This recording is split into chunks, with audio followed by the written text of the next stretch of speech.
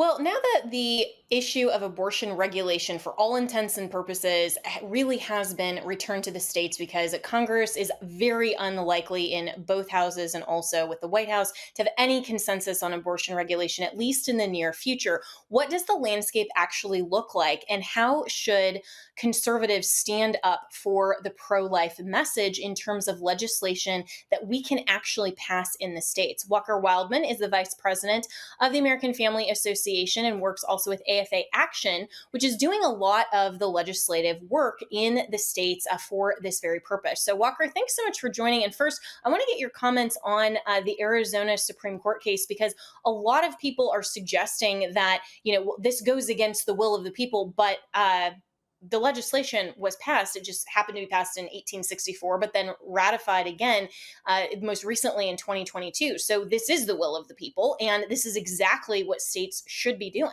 Yeah, this ruling was a very good ruling. It was a constitutional ruling from a state standpoint with the state Supreme Court there in Arizona. And just because, to your point, just because a law was passed 100, 150, 170 years ago doesn't mean that the law is invalid, non-applicable, unenforceable. That's just not the case. We have a litany of laws on the books in states around the country that are over 100 years old. This is not unusual. Now, did anybody think that an 1864 law would be resurrected, if you will, by the state Supreme Court in 2024? Probably not, but it is what it is. And it's a legal, constitutional, sound argument by the state Supreme Court there in Arizona. And to your point, this issue is pretty much at the state level. It doesn't mean that conservatives and pro lifers can't take action in Congress or in the judicial system at the federal level. But as far as making actual headway on the life movement and saving more babies from abortion, the states is where the battle is taking place. So, how does AFA Action in particular look and identify opportunities for legislation that can promote life issues and conservative issues in general, but specifically pro life issues now that the battleground really is the states? What we're trying to do is we're trying to set the bar and send a clear message as to what does it mean to be pro-life. And right now, unfortunately, we get mixed signals. We get mixed opinions on what it means to be pro-life. But we believe that abortion is the taking of an unborn child, the taking of an unborn child's life, and it shouldn't be permissible under any circumstances. And one of the misnomers out there is that, well, we've got to have abortion for medical reasons. And that's just not the case. Some people cite rape and incest and life of the mother. With the first two, rape and incest, so what you're saying by saying we should have exceptions for rape and incest is that we should take the life of the child if it's conceived under unfortunate circumstances. Well, that's not a moral case at all. And then lastly, the one thing I want to mention is that the life of the mother is a faux argument. It's a fake argument. It's not a medically sound argument. An incidental miscarriage, when the doctors attempt to save the life of the mother and the child through a preterm delivery, that's not abortion. Abortion is the targeting of the life of the child, intentionally taking the life of the child through unmedical, unnecessary means. So I just wanted to clear up some of these misnomers out there that we have to have abortion for medical reasons. That's just not true. So what we're trying to do is we're trying to raise the bar and send the message that life is precious from conception to natural death and should be protected through any legal and constitutional means. And this argument is the only argument that's morally sound because truth is the same yesterday, today, and forever. And we know that. And yet it seems like a lot of conservatives and Republicans are shying away from this message, and they're not wanting to take up legislative measures. In fact, I mean, even Carrie Lake, who is the GOP candidate for Senate from Arizona, came out with that statement that we just talked about that is backing off from the pro-life message and actually encouraging a Democrat governor to take action to undermine this significant win in Arizona. What's going on with the pro-life movement that when we actually get wins, we're immediately seeking to apologize for them? Yeah, unfortunately, Carrie Lake and in some degree President Trump and some of the other Republican leaders, if you will, have been listening too much to the pollsters. And here's what the pollsters are saying to their defense. They're saying the abortion issue is going to take you down.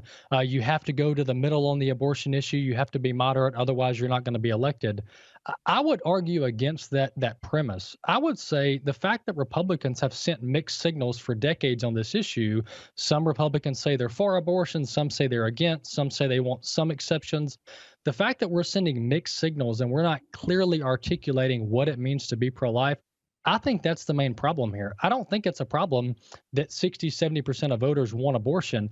I think it's a problem that we're not sending a clear signal. So we need to have a clear, concise, and articulate message that we want to protect babies, moms, and dads. We don't want women and fathers to have to go through the trauma that abortion brings on not only the baby, but the mother and the father as well. So we're pro family, pro child, and we want to protect everybody. That is the most pro woman, pro family message that we can send. Yeah, and it makes so much sense when you frame it that way. And conservatives and especially Christians need to be more bold in their genuine pro life message. And so, with AFA Action, of course, this is part of the American Family Association. You can go to afa.net and look at all of the great work that this organization is doing. And of course, I host Jenna Ellis in the Morning, which is on the radio network there, in full disclosure. So, I'm obviously a proponent of everything that AFA does. But how are you specifically helping promote this legislation and convincing legislators who may be concerned that these types of measures or initiatives aren't passing because of what we've seen recently in Ohio and Iowa, when we've had some of these measures on the ballot that haven't passed, unfortunately? Yeah, we're primarily working in three areas right now. Wherever we can limit abortion and bring it down to zero babies taken through abortion, that's what we want to do. We actually helped author the Dobbs case that in Mississippi that made it to the Supreme Court to overturn Roe. We're pushing that in multiple states. We're also helping pregnancy resource centers. These pregnancy resource centers are nonprofits. They run on low budgets. They need help. So that's what we're doing through private means and also tax credits in multiple states. And then lastly, we're fighting back against these misinformation ballot initiatives. Kansas, Ohio, now we're seeing them try it in Florida. We're going to see them try it in Arizona in November. So we have to push back against these billions of dollars in dark left wing money coming into these various states to mislead the voters. This is about, do we want to protect women and babies or do we not? And we have to choose the side of life. And that means defeating many of these pro abortion ballot initiatives. Absolutely. And we have to be very clear with the messaging so that the voters aren't confused and they know exactly what they're voting for. So, Walker Wildman, thank you so much.